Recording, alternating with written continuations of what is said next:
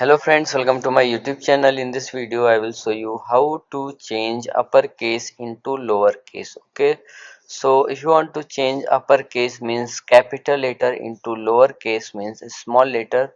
So how to do it? Here you will see I have written all the words into capital letter. Okay, now I want to change into small letter means from uppercase to lowercase. So what to do? Here you have to just click on the cell where you want to convert, then you have to just press equals to. There is a formula for converting uppercase into lowercase. Okay, so if you want to convert uppercase into lowercase, so here you have to just type lower. Okay, then you have to choose the word close.